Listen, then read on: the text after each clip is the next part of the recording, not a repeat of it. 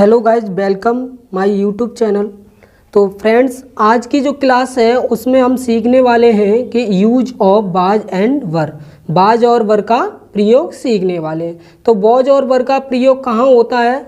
तो past tense यानी भूतकाल के वाक्य जो होते हैं उनमें बाज एंड वर का यूज होता है। भूतकाल यानी जो समय निकल चुका है, ऐसे वाक्य जिनमें समय निकल चुका है यानी समय काम हो चुका है, तो वहाँ पे बाज एंड वर का यूज करते हैं। तो पहचान क्या है? यानी ऐसे वाक्य जिनके अंत में आए था, आए, थी, थे, ये शब्द मिल जाए आपको, था, थी, थे, तो वहाँ पे बाज एंड वर का यूज करना होगा। अब कहाँ पर बाज का यूज करेंगे और कहाँ पर वर का यूज करेंगे ये जान लेते हैं। जैसे सब्जेक्ट हो गया आई, ही हो गया, सी हो गया, इट, और सिंगुलर सब्जेक्ट हो यानी एक वचन हो, उसके साथ हमें वॉज का प्रयोग करना है। सब्जेक्ट होगा यू, वी, दे, और प्लूरल सब्जेक्ट होंगे, उनके साथ हमें वर का प्रयोग करना है। तो अब सेंटेंस को कैसे बनाएंगे? सबसे पहले तो हम सब्जेक्ट की मीनिंग लगाएंगे यानी सब्जेक्ट को लिखेंगे, फिर हेल्पिंग वर्ब यानी वॉज एंड वर, फिर मेन वर्ब। अगर मेन वर्ब नहीं है तो जो हेल्पिंग वर्ब होती है वॉज एंड वर, ये ही मेन वर्ब मानी जाती है। उसके बाद ऑब्जेक्ट लगाते हैं। तो चलिए अब सेंटेंस बना के देख लेते हैं। जैसे मैं खुश था, तो इसका सब्जेक्ट क्या है? मैं की होती है आई। आई कैसा है? सिंगुलर सब्जेक्ट है, तो इसके साथ लगाना हमें, अब हेल्पिंग वर्ब लगानी, सब्जेक्ट लग गया, अब हेल्पिंग वर्ब लेके आनी है, क्या होती है? वॉच। आई के संग क्या लगाएंगे? Watch, I watch.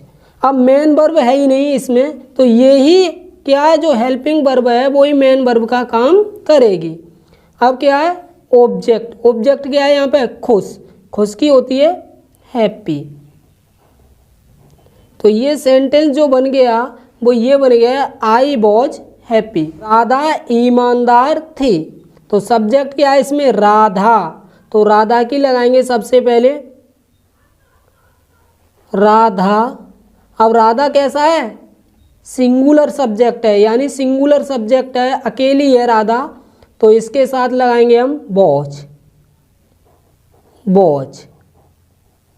अब इसके बाद ईमानदार यानी सब्जेक्ट आ गया, हेल्पिंग वर्ब यानी ये आ गई यानी मेन वर्ब का यूज हो गया। अब ईमानदार की लगाएंगे हम ऑनेस्ट। इससे पढ़ते हैं हम ऑनेस्ट, तो ये बन गया राधा वाज ऑनेस्ट। अब तुम बहादुर थे, सब्जेक्ट इसमें है तुम, तो तुम की होती है यू कैसा सब्जेक्ट है?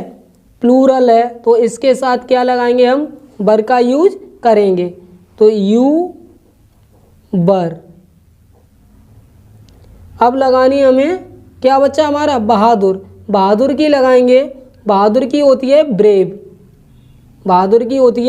ब्रेव।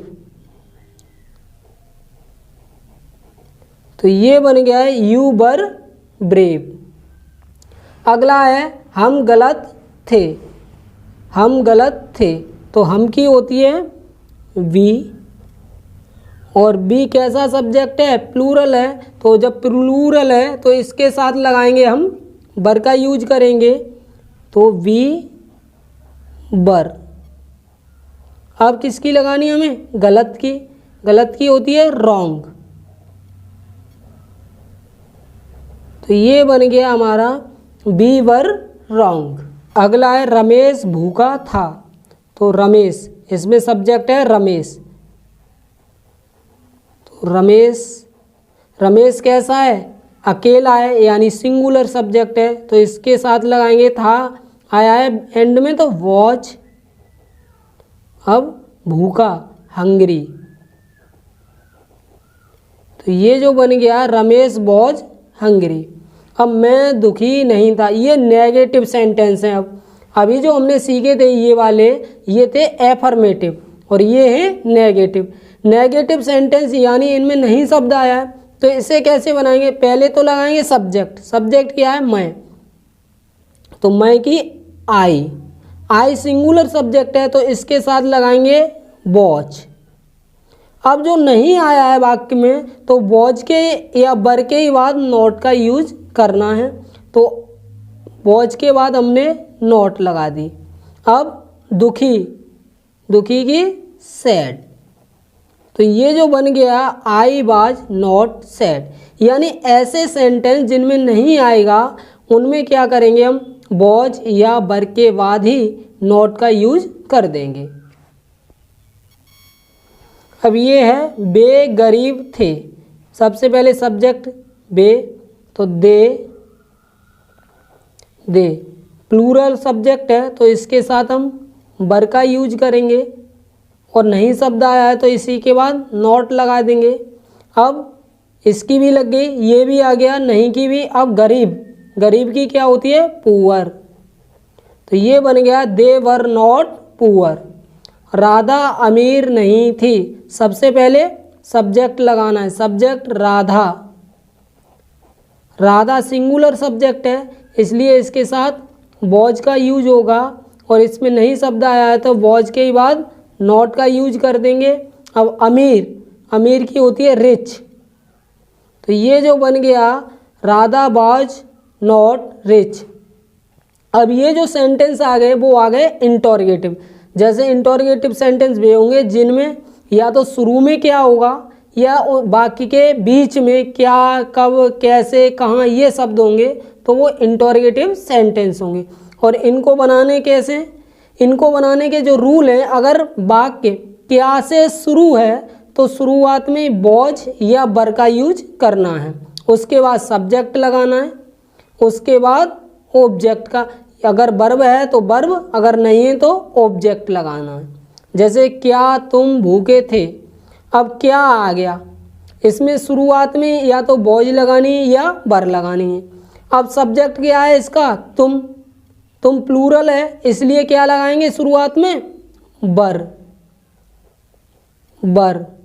अब सब्जेक्ट क्या है तुम, यू।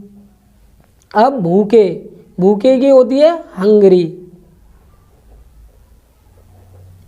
ये बन गया वर यू हंग्री।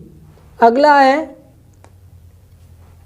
क्या आप दयालु थे, इसमें भी क्या है शुरुआत में आया है क्या, तो या तो वॉज लगानी या वर लगानी। ये वॉज और वर जो है सब्जेक्ट के अनुसार डिपेंड होता है कि वॉज आएगी या वर आएगी। अब आपका मतलब होता है तुम, तो तुम कैसा सब्जेक्ट है हमारा प्लूरल है, तो शुरुआत में जो लगाएंगे हम मीनिंग वो लगाएंगे वर, फिर आपकी यू और दयालु की काइंड। तो ये जो बन गया सेंटेंस वर यू काइंड।